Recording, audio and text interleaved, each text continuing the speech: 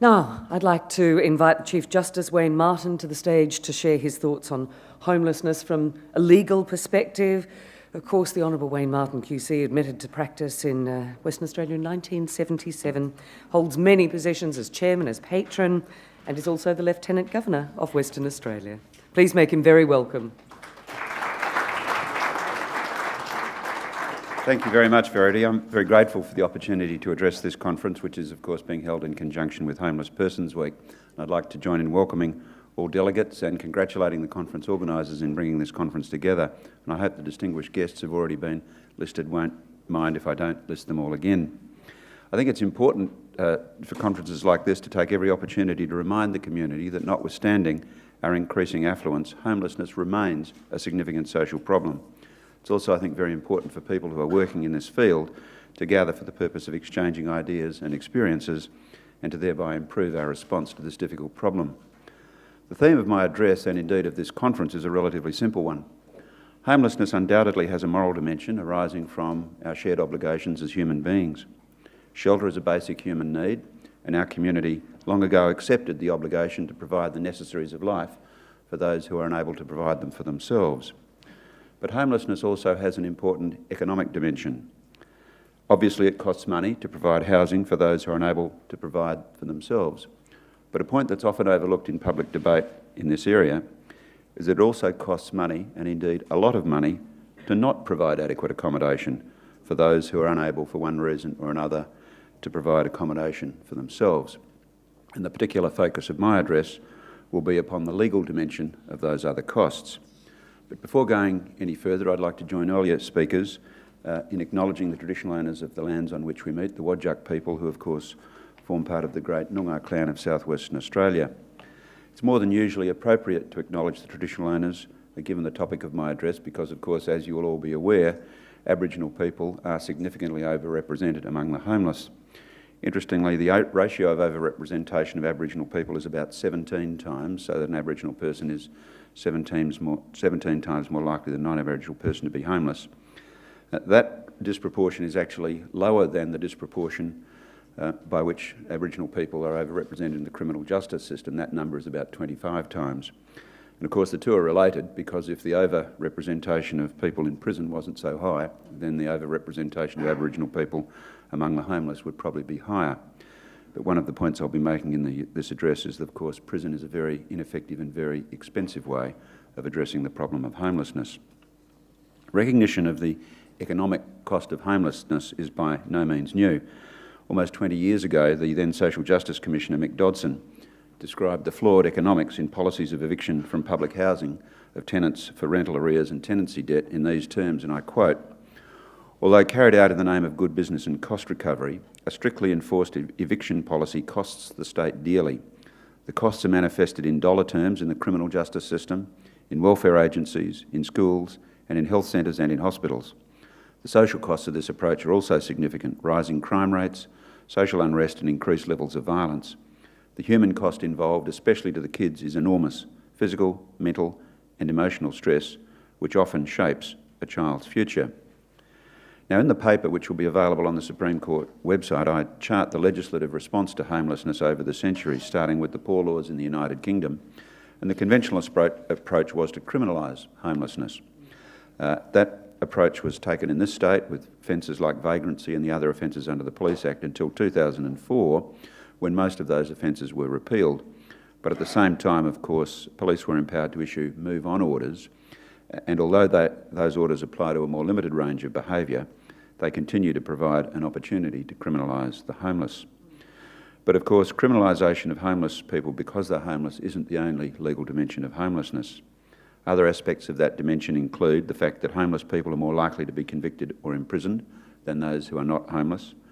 Prisoners who are released to unstable housing, which is of course often indicative of homelessness, are almost 3 times more likely to return to prison than those who are released to stable housing, and 61% of those released to homelessness return to prison, compared to 35% of those who are released into adequate housing arrangements.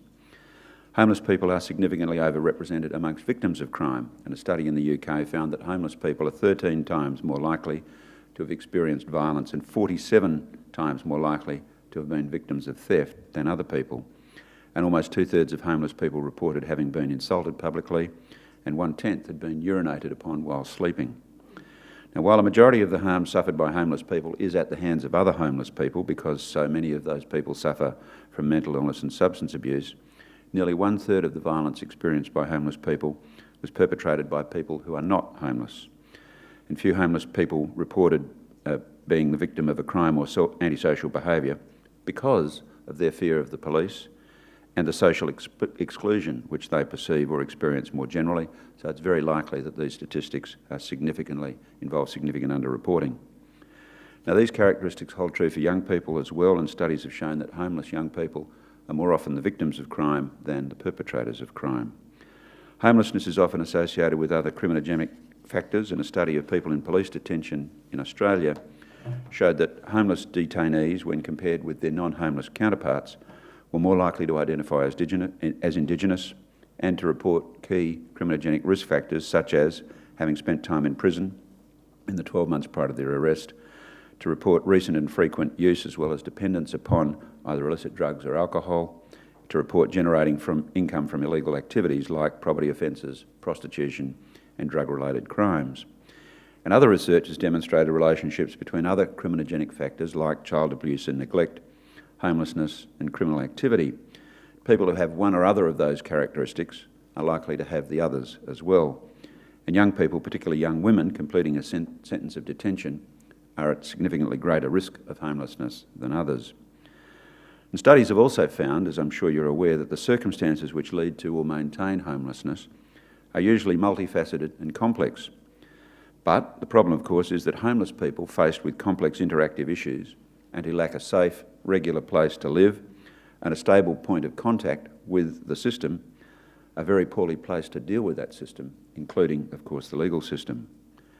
Now, that short list of aspects of the legal dimension of homelessness is not meant to be exhaustive, and I'm sure you can think of other aspects as well, but it is sufficient to demonstrate that homelessness comes at a very significant cost to the justice system and to other social agencies.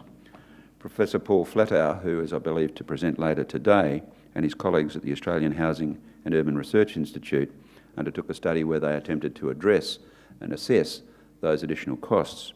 And in 2005/6 dollars, they estimated that it cost almost $2,000 per person per year in these other additional costs as a consequence of homelessness.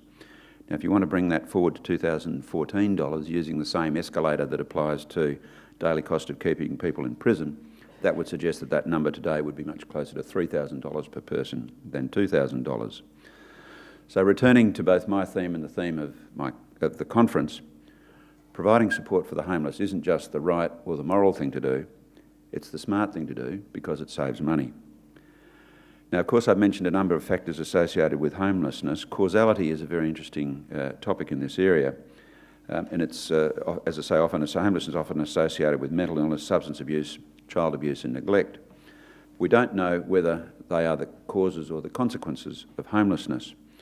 It's, I think, fairly clear. It probably varies from case to case. Substance abuse, mental illness, social isolation are plausible consequences as well as being plausible causes of homelessness. Now, you would all be well aware of the characteristics of the homeless. As I've mentioned, they include Indigenous people who are significantly overrepresented, and I've mentioned the multiplier for adults. With children, of course, the situation is significantly worse, so that in one study, about 1/3 of the children who received assistance from specialist homelessness agencies were Indigenous, and that also matches, interestingly, the overrepresentation in the criminal justice system, so that Aboriginal kids are overrepresented to a significantly greater extent than Aboriginal adults, which is a terrifying portent for the future. Another group that is, of course, overrepresented among the homeless is those experiencing domestic violence and escaping from family violence.